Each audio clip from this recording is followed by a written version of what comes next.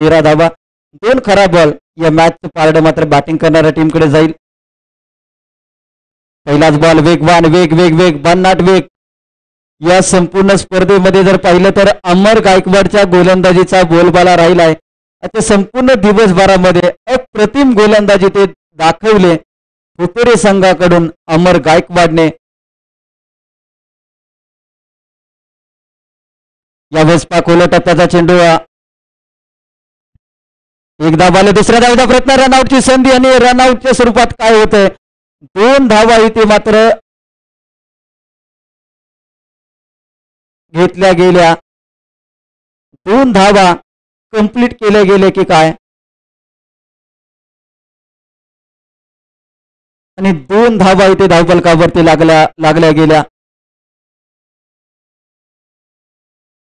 यावेळेस miss timing दर्जाचा stroke. आता मात्र क्षेत्ररक्षक साहिल अप्रतिम झेल इथे मात्र अप्रतिम झेल टिपलाय.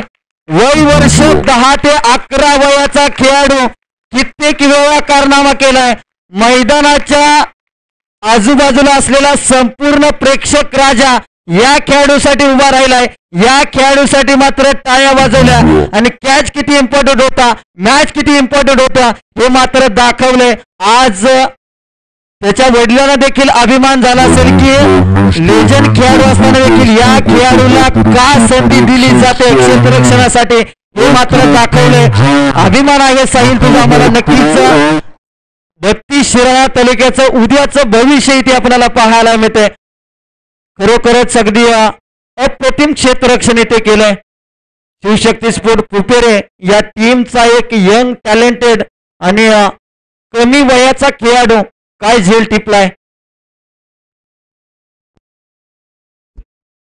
बंडानाना मोहिते यांच्याकडून 200 रुपयाचे कॅश प्राइज या कॅश साठी आणि माझ्याकडून देखील 200 रुपयाचे कॅश प्राइज साहिल साठी अप्रतिम इथे झेल टिपलाय. कारण की ज्या पद्धतीनं या मॅच मध्ये हा खेळाडू महत्वाचा होता देखील खूप महत्वाचा होता. सातारा स्पोर्टच्या माध्यमातून ही झेल मात्र वारंवार दाखवली जाते. कारण की ज्या वयामध्ये मुलं पबजीच्या नादाला लागतात त्या वयामध्ये हा क्रिकेटच्या नादाला लागलाय आणि नाद केला पण वाया नाही गेला.